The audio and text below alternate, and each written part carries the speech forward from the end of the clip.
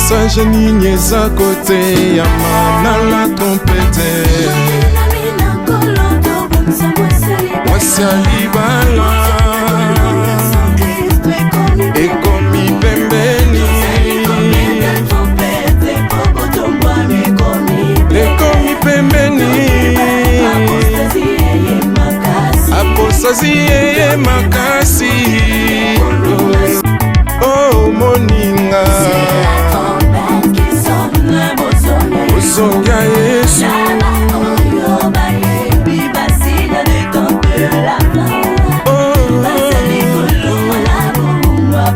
osazie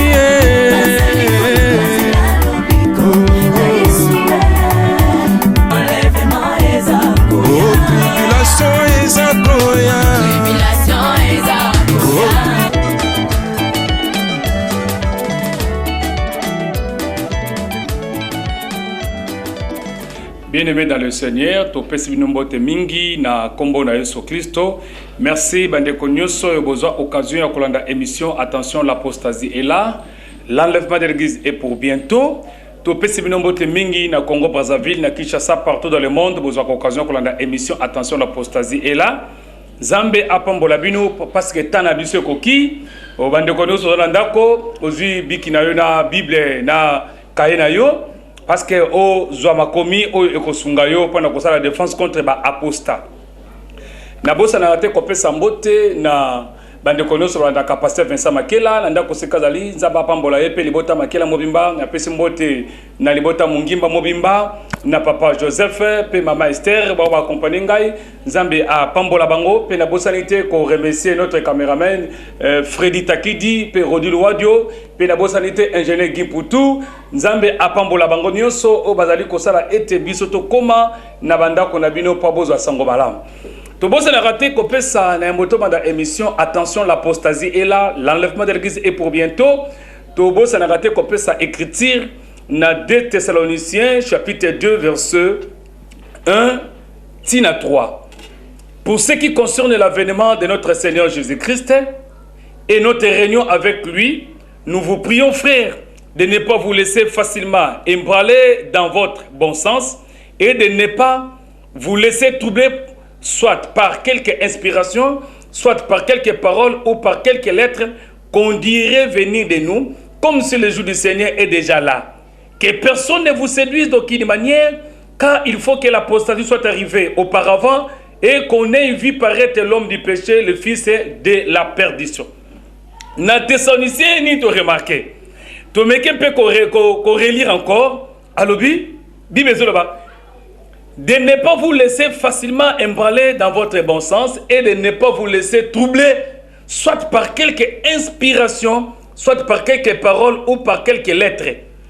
Donc, c'est-à-dire, les apôtres comprennent que les beaux Nzambe écoutent la troubler, n'a pas inspiration, n'a pas parole, puis n'a pas écrit mon kobot.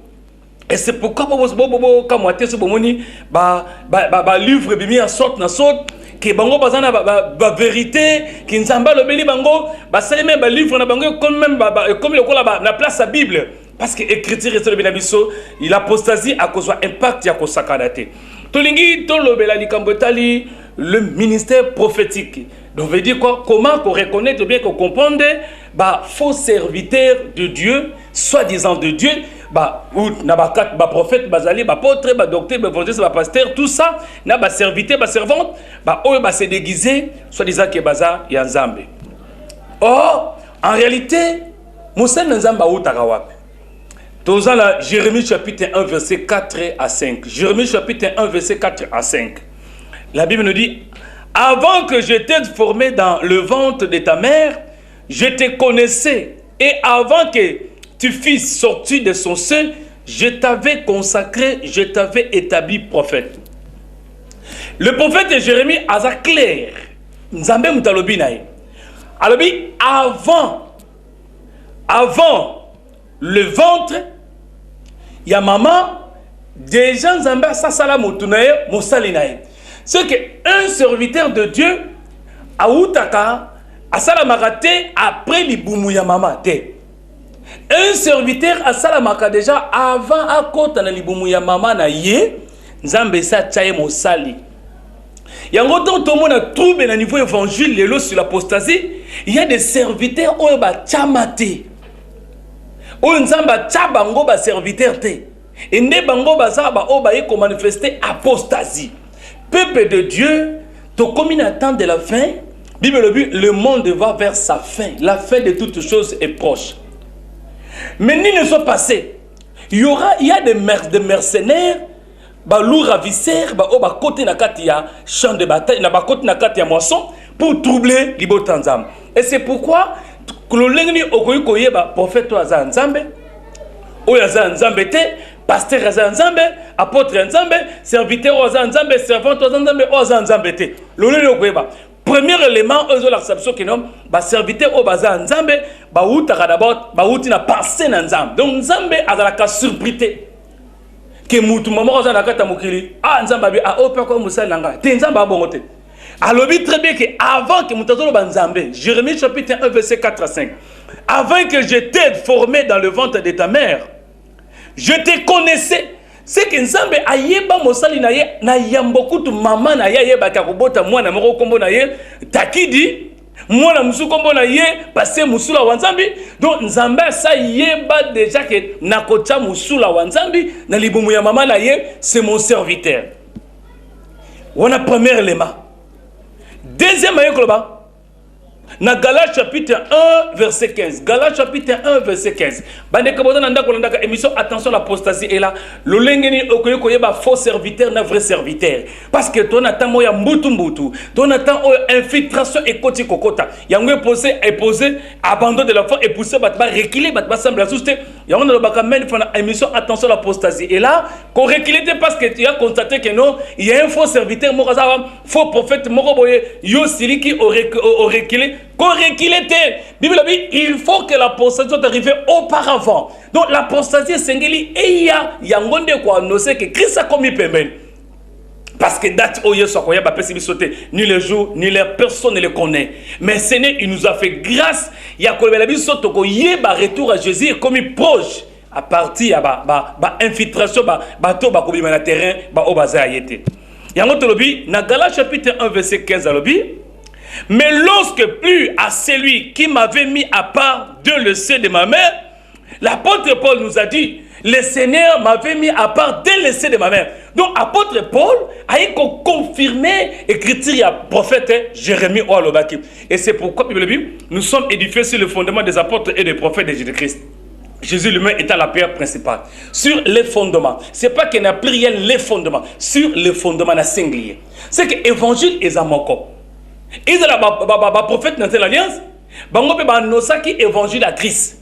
Biso pe to annoncer évangile à Christ. C'est que même les prophètes dans l'alliance, ba qui était to ko adorer Nzambe moko. Au moins la prophète dans l'alliance, ba ça qui n'a pas pratique ba inutilité. Bien que c'était toujours dans l'ombre, aux années qui s'associent moko prophétique et naturel. Bien que c'était prophétique et naturel, veut dire et ben il ko préfigurer aux années s'associent ya solo koya natan auto komi. Mais il y a qui n'a pas Nzamba qui va borne. Il y a qui beaucoup adorer qui côté. Paul le Seigneur m'avait mis à part dès le sein de ma mère. C'est que Nzambe attaque Paul mis attaqué à part. Même dans Actes chapitre 13 verset 1 temps Tina 3 mettez-moi Paul à part pour l'œuvre à laquelle je les ai appelés. Voilà, vous avez quelques confirmations ministère naïe, mais Paul le Seigneur m'avait mis à part dès le sein de ma mère. C'est que bah mis sur le terrain bazaba onza batindi bangote. Et c'est pourquoi mutu nyonso nzamba tindi ete na moisson akosala bisala sala. Mutu nzamba tindi ete akota na conseil na nzambete. Azwa projet nzambete. Azwa vision nzambete. Azwa pensée nzambete. Nzamba lakisa pensée na nzambete lakisa ete. Donc mutu na akosala makambo za yemoko. Yangona toko comprendre que non. Même dans 2 Chroniques, chapitre 18, verset 12. 2 Chroniques 18, 12 à 13. Alors, je leur enverrai un prophète comme toi. Je mettrai mes paroles dans sa bouche. Il leur dira tout ce que je lui commanderai. Dans 2 Chroniques, chapitre 18, verset 12 à 13. Et c'est bien Israël. Na routine da prophète ayana kat nabino. Alors la prophète encore za lokola Moïse. na kotia maloba nanga epai na ye. Deuxième, akoloba oyo ngai na kotinda ya loba. Oh, je bénis le Seigneur. Un vrai prophète, un serviteur de Dieu, azalaka na maloba na ye moko te. Un serviteur de Dieu ayaka na maloba te ya ye moko. Mais ayaka na ainsi dit l'Éternel. Et c'est pourquoi vous allez remarquer, même le prophète dans cette laisse bandé koloba ainsi dit l'Éternel. Bandé koloba te que ainsi dit bango. Bandé koloba ainsi dit l'Éternel. C'est que bango bazala ki na ba ainsi dit l'Éternel, bazala ki ba ainsi ya bango moko te. Bazala ki na ba biloko na bango te, mais bazala ki na ba ainsi dit l'Éternel. C'est que moko goye ba mosel na Nzambe, un prophète de Dieu azalaka na prophétie na ye moko te. Azalaka na maloba na ye moko te. Yango moni nini ozosala trouble na kati ya évangile ya Congo pe ya libanda na mboka. Nini o ete mbutu trouble na kati évangile. Premièrement, eloko tie trouble ezani parce que ba prophète wana ba yena ba prophétie na bango. Ba serviteur wana ba yena ba biloko na bango. Ndeko zo na des missions oh attention l'apostasie est là. L'enlèvement de l'église est pour bientôt. Sur le terrain, ils ont des serviteurs, ils ont des biloko na bango. Maman, papa, na kate mission oh, nzamba tchabiso fardo, nzamba tindi biso, toke bisabino ke yeso komi pembe na zoya. Et deuxième élément, boke ba ete l'enlèvement de l'église est pour bientôt.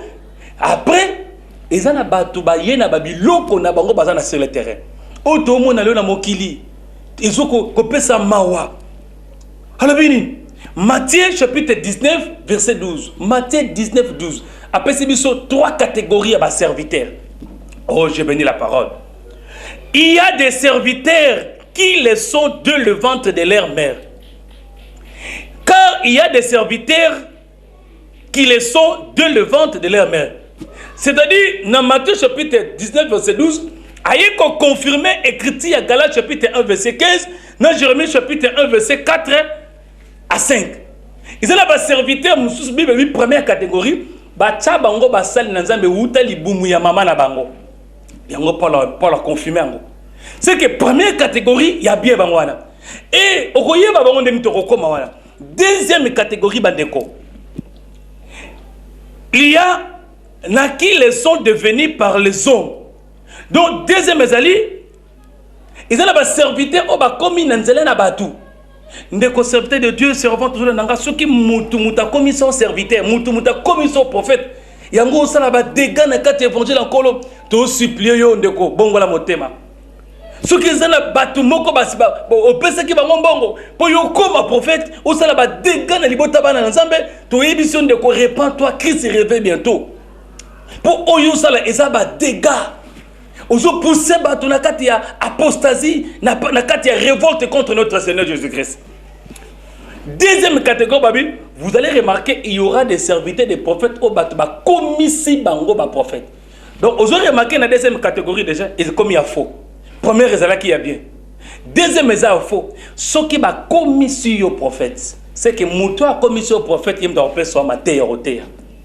Ce qui muto batamokil ba komisi au prophète banganga ba commission prophète ba occultiste ba commission prophète c'est que okoya ko annoncer o ba occultiste ba tindio sala yango moni bible bina biso prophète Michel abini Jules alobini alabi nako loba kaka makambo nzamba tinga na loba.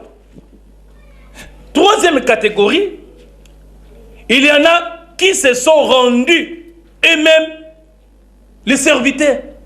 Troisième catégorie, ils ont mis komisi bango moko. Atalabino pastoral les ofuta. Mikolo prophète cause la prophète les ofuta moi été. Nasali nasalani nangai. Ami komisi ye moko prophète. Bandeko na deux catégories o ba komisi bango ba prophète ba pasteur ba docteur na oyo ami komisi moko. Siko humanité, l'humanité.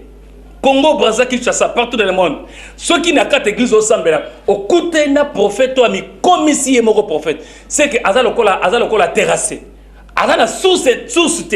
Donc, il y a pas terrassé ça la rani. Tant mboula et betaka, ne terrasse comme Aranamai.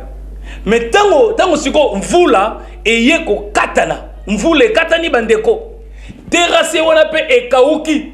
C'est que le col a terrassé kauki, Babylon qu'on n'a qu'à terrassé on a yongo pe kauki. Yango, vous allez remarquer les lobes ming bakwazo koufa spirituellement à cause ya ba terrasse au bango bazali parce que ezali mai oya source pe normate ezali mvula nde mutebeti ndeko to komi na tango na suka nine ko okoko yeba bango na lobi première catégorie deuxième troisième siko ya faux ezali deuxième catégorie na troisième catégorie ba o ba mi komisi na ba o ba komisi bango. Si vous se retrouvez, ni ne croyez pas que vous commissi, commissi pour moto ba commissi prophète nanzambe yemoko avant abot maman c'est que à respecter ainsi dit l'Éternel. À ainsi dit yemoko mais ainsi dit l'Éternel. Dans 1 Corinthiens chapitre 14 verset 3. 1 Corinthiens 14 3 le béni. Celui qui prophétise au contraire parle aux hommes, les édifie, les exhorte, les console. Celui qui prophétise, les édifie, les exhorte, les console. Tala siko prophétie o ezobima. Nazomona balokayo. Na bato ba mikomisi bango moko. Nazomona balokayo, naomona nzamba otalisanga 3 voyages. Voyage wana parce que on a beto 1700 3 voyages. Premier voyage aux États-Unis, deuxième eza Londres.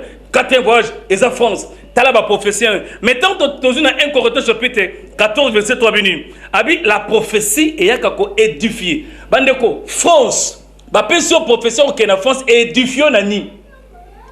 Quand il y a en France, c'est édification. C'est pas l'édification. Édification, et c'est la macane à la parole. Il y a remarqué, même dans le spirituel, la prophétie, et il y a édifié. Et il y a poussé Moutou à l'Ukapenzam. Et à pousser Moutou à Kangamananzambe.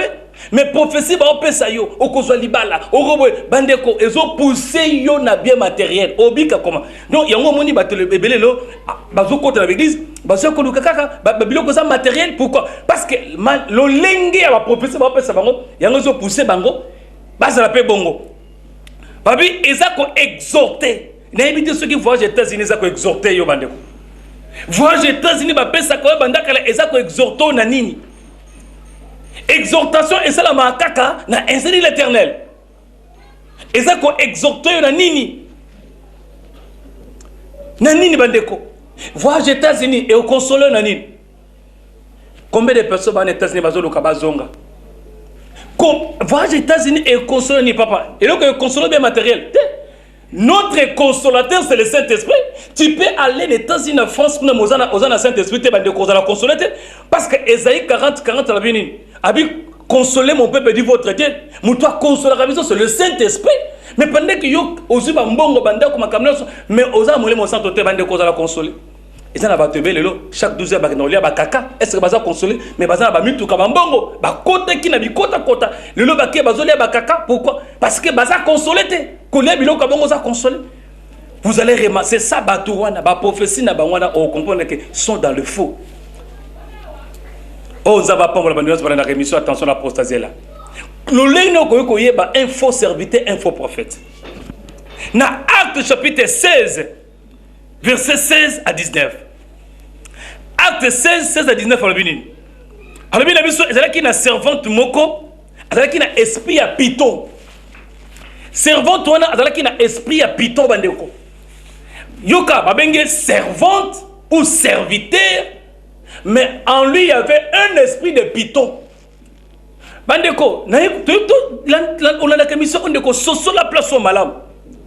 Moutounion sotan de la part, alors de la part du Seigneur, mais il y a un esprit à Python Qui est Python? Python c'est le diable, c'est le serpent ancien, appelé le diable, le destructeur horrible. Diable pas là ainsi dit, malobane lobaka. Balobi, cette femme là, la servante là, azalaki na esprit à Python.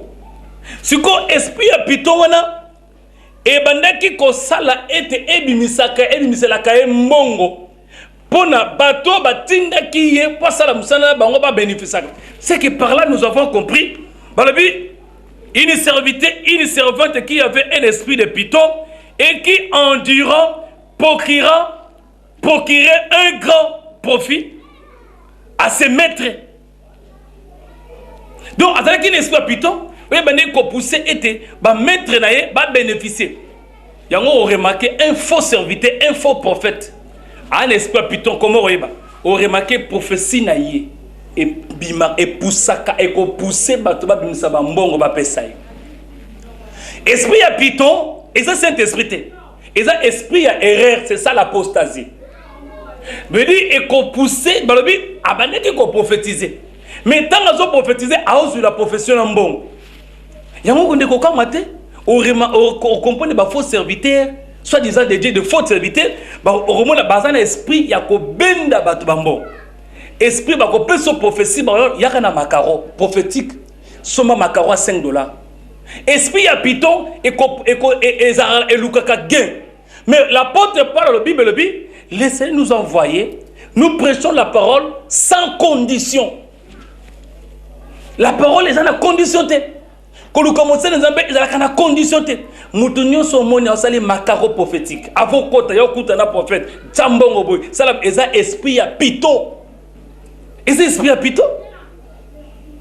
Balobi que non, on se critique. Au moment des prophètes, tant Samuel, Saoul avec des serviteurs bénis.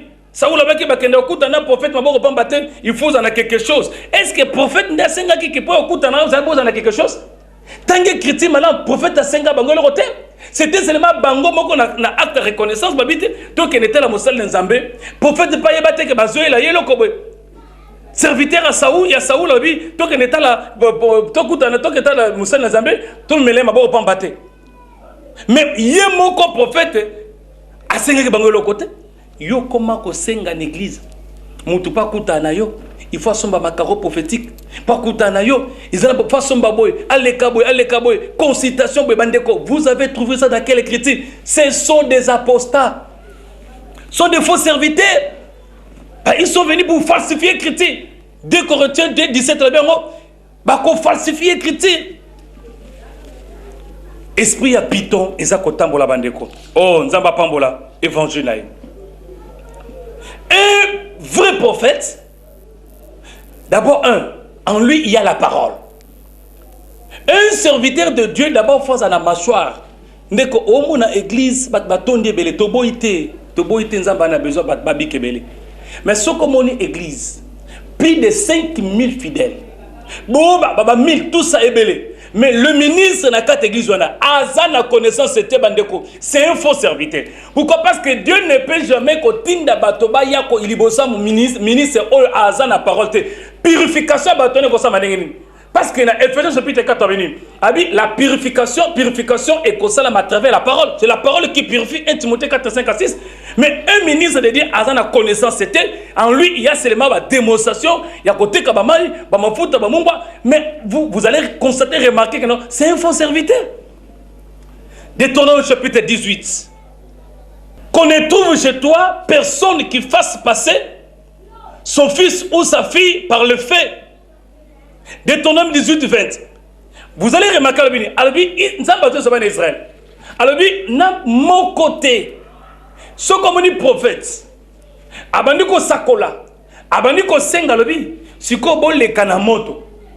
C'est que c'est un faux prophète. Oh, écriture aux prophétique lingolobani.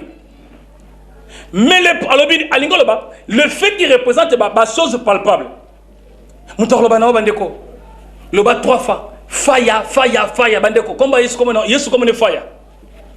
Au son temps de na critique Jésus comme une fire. Bandeko comme ça baninga baloba 4 fois fire. Est-ce que na 4 critiques apôtre ba lobisa ka ba tupé bon mais Freddy Taki dit 3 fois fire bandeko.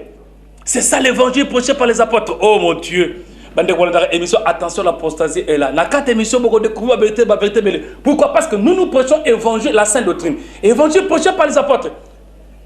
Évangile est mystifié, est compliqué. Évangile est simple en esprit et en vérité. Na pambolé ingénieur qui pour tous ma pambolé azolanda émission oh Nzambe a pambolé. Bandeko. Alors binin. Mais le prophète qui aura l'audace de dire en mon nom une parole que je ne lui aurais pas commandé de dire ou qui parlera au nom d'autres dieux, ce prophète-là sera mis à mort. C'est que Nzambe azo reconnaître ba vrai serviteur ba o ba yena maloba na Nzambe. Un serviteur est la prophète, apôtre, docteur, d'abord en lui il y a la parole. L'instrument, instrument de base, il y a ministère, il y a mutu na mutu, c'est la connaissance de la parole. Vous connaîtrez la vérité et la vérité vous rendra libre. Vous connaissez la vérité. Aucun de l'église que la vérité, aucun de l'église ba simbi sobi simba simba. Christ a le béni. Première étape pour comprendre que non, c'est un faux prophète. Bah le béni. Celui aurait. Mais le prophète qui aura l'audace de dire en mon nom une parole que je lui aurais pas commandé de dire, ou qui parlera au nom d'autres dieux, ce prophète-là sera mis à mort. C'est que le prophète de Dieu a coquille comme un bâtiment bandaté. A coquille comme un bâtiment bandaté. Na 18-22 le Bénin. Deutéronome 18-22. Quand le prophète parlera au nom de l'Éternel, quand le prophète parlera au nom de l'Éternel, c'est dire quoi? Même maintenant au monia le Bénin, combo na Yesu, ozobika, kosuka wana tezelaye. Quand le prophète parlera au nom de l'Éternel, et que sa parole ne se réalise pas, n'arrivera pas, ne se réalise pas, ce prophète-là, c'est un menteur. Il n'est pas un prophète de l'Éternel. C'est-à-dire, à lobby, catégorie, monsieur Koyeba, banda banda, on peut se prophétiser le cola moko. Après ça, l'église, aucun voyage, bato bakenda ba voyage le bakenda te. Et koki samate. Yango moni un vrai prophète. Asa motuta après ça va prophétiser à sentiment nae. Un vrai prophète dans Nzambe. D'abord azana ba contenant ba prophétie que pour ne repérer ça ba kabela ba te. Bible dit poussé par le Saint-Esprit que les hommes ont parlé de la part du Seigneur, poussé par le Saint-Esprit que les hommes ont parlé. Yango moni Michel zala qui a raison.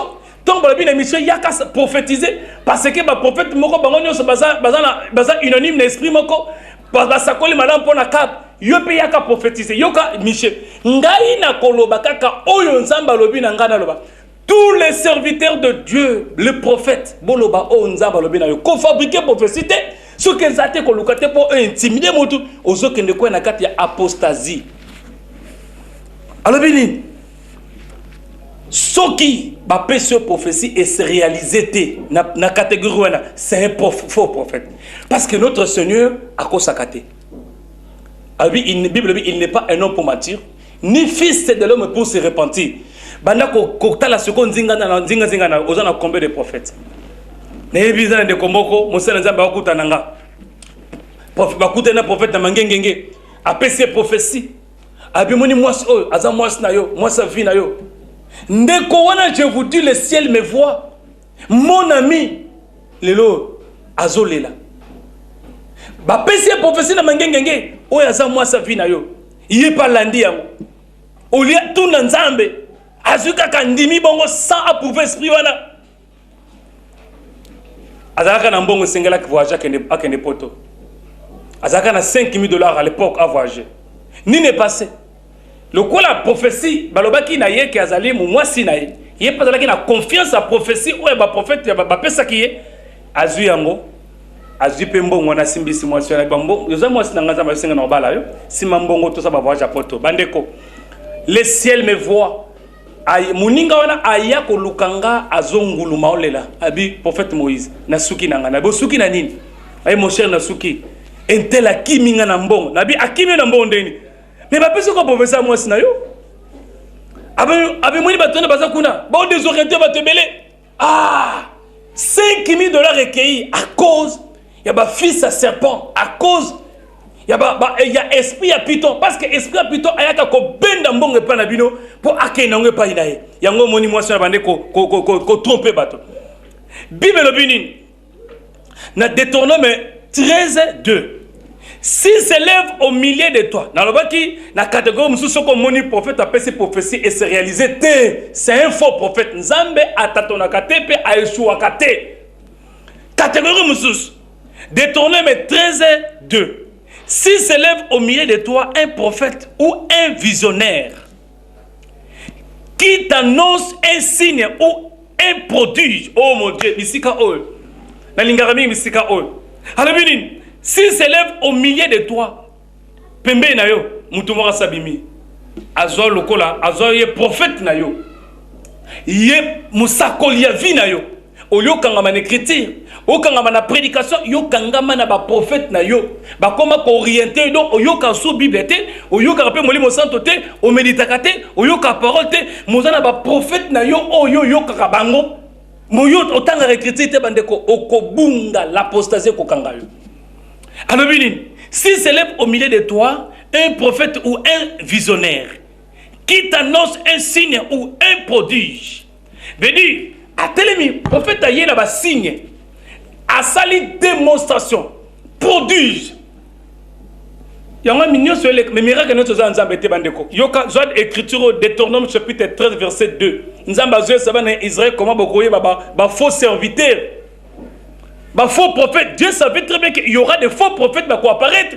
Tout dans un moment au Bible dans Matthieu 24, il se verra des faux prophètes ba sopani. Alors bi aye a sali ba prodige, ba miracle. Ba sibabi de signes et de prodiges, des démonstrations. Oh mon Dieu, Jésus de Nazareth. Et qu'il y ait accomplissement du signe, même à taba à sali ba miracle koki sami bandeko. Ou l'accomplissement du prodige dont il t'a parlé en disant tant à sali ba démonstration. Mais zelaye bandeko, soka lobinayo, ralliez-nous à d'autres dieux et rendons-leur un culte. Ne t'écoutera pas car il a voulu te pousser hors de la voie dans laquelle l'Éternel ton Dieu t'a ordonné de marcher. Alobinayo asali ba démonstration na ye. Yango bandeko bo fixer misuka kana miracle te bandeko. Yango ba ozabino. Alobi omoni prophète asali démonstration ba miracle mais na suka tala ndenge asali yango. Alobi nini? Alobi na bino bokangama na nzambe mususu nzambo asolote. C'est un faux. Mais si quoi Romains chapitre 1 verset 25 à l'obiamo. Romains chapitre 1 verset 25 à l'obinabiso. Oh, j'ai béni la parole de l'Éternel. Romains chapitre 1 verset 25, la Bible nous dit. Romains chapitre 1 verset 25. Nous lisons la parole au nom de Jésus-Christ de Nazareth. Et qui ont changé la vérité de Dieu en mensonge et qui ont adoré et servi la créature au lieu du Créateur qui est béni éternellement. Amen. Attends à sali démonstration bandeko. À sali démonstration ba miracle. Mais Bible binosonim. Et qui ont changé la vérité de Dieu en mensonge et qui ont adoré et servi la créature. Vous allez remarquer à sali ba démonstration, mais démonstration ko ayé ko adorer créature veut dire quoi? Abimiselio c'était na libumundeko. Abimisi c'était bien que malade oh ça qui dans tout monde qui malade en sili. Mais c'était bimi en bimisi malade bandeko. C'est clair. Tout na bango question. Ba c'était wana ekota na mabumu na bino ekota ka ndengeni. Et yaka c'était physique et yé c'était yé kota na bumu na. Ce qui c'était kota ka na bumu na physiquement bandeko ngo na pota. Est-ce que ngoza la laisse? C'était ekota ndengeni bon ce que c'était so ma physique bandeko. Ce que ça esprit ekokota en esprit ekobima en esprit. Mais ndengeni ni yo c'était ba comment ko biso ba c'était na mabumu ou comment ko tomba la bilamba pas biso mais ça c'est l'apostasie. Alors bini abi vous allez remarquer le prophète là ba ko pe sa valeur na créature mais na créateur te. Oh créature ezali babilo ko nyoso na katanati. C'est-à-dire quoi? On remarque que miracle na bango ba ko tombola ba gia rouge ba tomboli ba ji. Au moins ji oso sombengo pour un miracle. C'est sa créature parce que muta sala jité. Jinyo so biloko no sona eza biloko euti na mabele. Tango to bota masika mama to yaka biso no so ni muto yaka ne lokote. Yango sika na kumi sanza na banzambe yoza penda muto munene yoza incomparable parce que nyoso tozu na mabele na ye. Mais si ko yo comment se fait-il ba simbisa ko ba ji. Zwa ji rouge. Ezamakila ja rouge ndangwana ozu ja rouge sombango banda ko melango umzo miracle bandeko mais on est a créature yango remet le bénin abi qui ont adoré et servi la créature bozo servi créature et loko ekelami yango comme il source à miracle Vous allez remarquer, le prophète est là. Même à Tabasali, ba miracle, Botala ba on a biloko ba utiliser. Zwa mungwa, zwa mai, zwa poudre, moko. Bakota ba bumbu kuna, azub sangai papa. Nga na fin du koto makamna mo na be omonani. Abi menaza na to somba parfait. Ba singa parfait on a pompé ngo 7 fois. Ndeko fungolanga ba voyage. Mais c'est ça la créature. Baza ko se servi la créature. Parfait et fungoli yo ba voyage parce qu'on pompé ngo 7 fois. Vous avez noté que Romains chapitre 1 verset 25 kangibino. Ce sont des faux prophètes et ça moko basine ko reconnaître que non ce sont des faux. Pourquoi? Parce que les apôtres de Jésus-Christ et les prophètes de Jésus-Christ batikala jamais qu'on se servi le kola ba soumet évangile. Oh mon Dieu. Alabi akop pousser bino kolongola bino volonté nzambe na chemin Seigneur. 5 verset 31. Jérémie chapitre 5 verset 31 va poser question. Le prophète prophétise avec fausseté. Les sacrificateurs dominent sous leur conduite. Et mon peuple prend plaisir à cela. Que verrez-vous à la fin? Ndeko, dans Jérémie chapitre 5 verset 31, Seigneur alobina yo. Alobini, le prophète prophétise avec fausseté. Les sacrificateurs dominent sous leur conduite, et mon peuple prend plaisir à cela. Que ferez-vous à la fin? N'écoutez pas, un faux prophète, ou a manipulé vinayo, ou a mémoire ba professeur lokuta. Tant vous okuta na makamba boyo, question va poser au salani. Au salani ndeko. Parce que vous allez bosso ali felo, vous allez bosso ya égarément. Yango toloba ki ete bandeko. On reconnaît un vrai prophète par rapport à la prédication. On reconnaît un vrai serviteur par rapport à la prédication. Ça veut dire quoi? Prédication ou pas pratique ou miracle et comme ma bateau et comme pousser bateau na égarément. Jamais est poussé bateau na idolâtrie. Parce que Romains le dit et qui ont changé la vérité de Dieu en mensonge et qui ont adoré et servi la créature. Qui ont adoré et servi la créature au lieu des créateurs. Le lot au bilo qu'on n'y a pas tindayo, somba mongwa, somba mafuta, zom, J.O. ya rouge, tombola yango, skendena yango, salaboy, bamay, et sa créature. Jamais J, d'abord J yango ba Jiwana. Ozo somba yango po e bendelo ba miracle. Bandeko, ba compagnie sali ba Jiwana, c'est que ba on est ba banzambe. Nous avons une émission que le vendredi passé, nous avons dit Moutozo Tekolomai. Bible le dit onction bate kakate. Si comme maïwane zobi kisayo, c'est que na kata maïza na onction. Bon, ce qui onction na kata maï bazolo banae, c'est que bate que lui onction. Mais au moins que c'est un faux prophète parce que l'onction, au côté que onction, yobo ko somba onction. L'onction que vous avez reçue, nous avons reçu l'onction de la part de qui? C'est de la part de notre Seigneur Jésus-Christ. C'est lui qui nous a donné l'onction. Bandeko, beaux à la prudent. Beaux à la prudent, le monde va vers sa fin. Comment qu'on va selon Ephésiens chapitre 4, verset 11 à 14. Il a donné les uns comme apôtres, prophètes, docteurs, pasteurs, évangélistes. Alors dit très bien. Pour le perfectionnement des saints. C'est qu'un vrai prophète ou bien un vrai serviteur, il est là pour le perfectionnement des saints. Mais l'église parfait, est-ce que vers la perfection? Est-ce que beaucoup atteignent de la perfection? Paul a dit, nous tendons vers la perfection.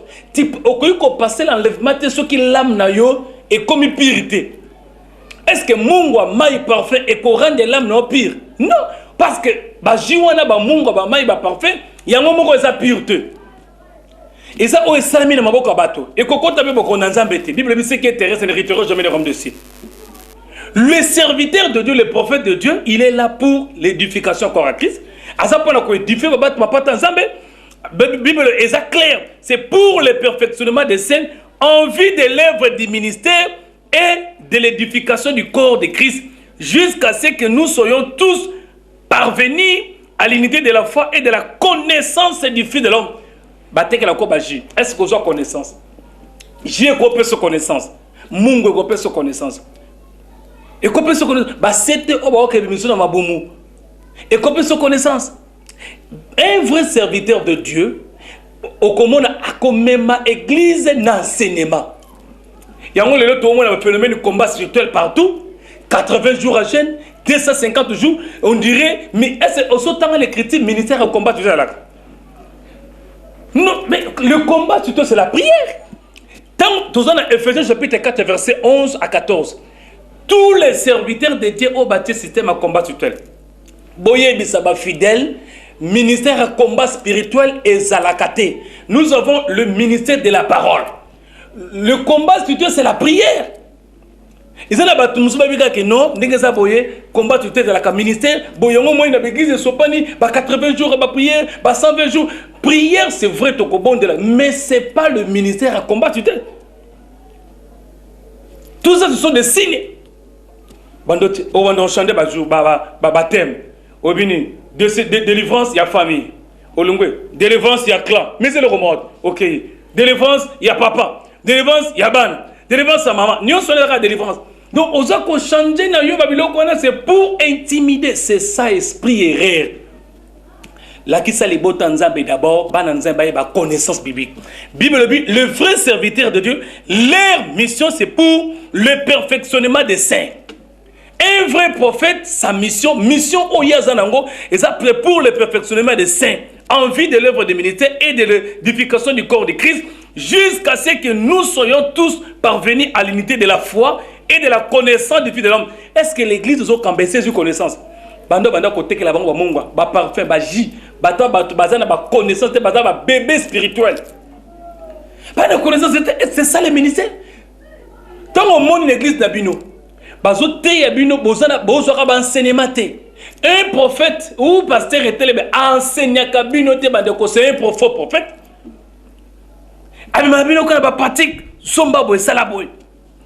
C'est un faux prophète. Un ministre de Dieu, à ça pour faire la perfection. À ça pour le perfectionnement, il y a pas ça. Parce que la Bible dit tout est sanctifié et puis fait par la parole. Batouana va sanctifier comment, va purifier comment, pourquoi? Parce que la parole est athée. Était amatée. Et c'est pourquoi vous allez remarquer Bandeko. Bakotika na ba contre nature. Bakotika na ba utiliser ba créature au lieu de créateur.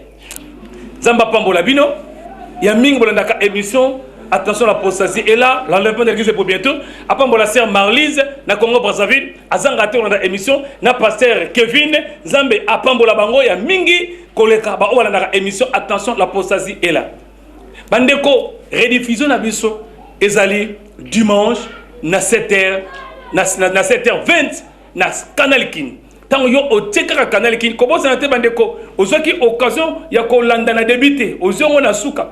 Sakaka Canal King dimanche na 7h20 au comme on a émission attention l'apostasie est là émission o ezako édifier libota nanzang o ezali ko lakisa lo lenge ni ko yeba pour o kwena kata apostasie ko bosanate na bosanate koloba attention l'apostasie est là.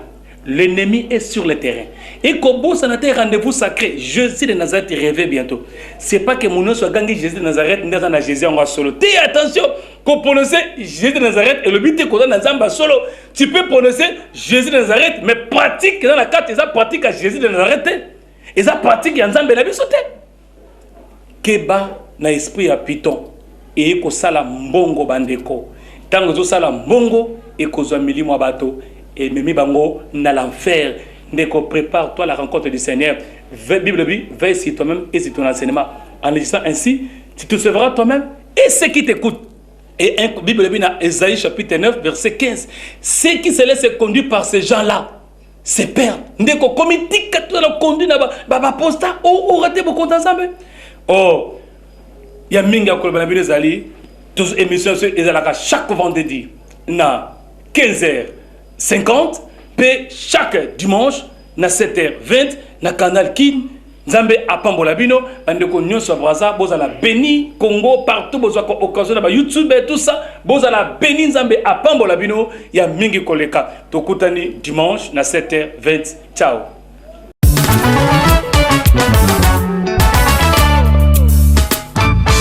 Message nini za côté ya manala trompete Wasali bala Ekomi pembeni Ekomi pembeni Apostasie yeye makasi Oh moninga Osonga Yesu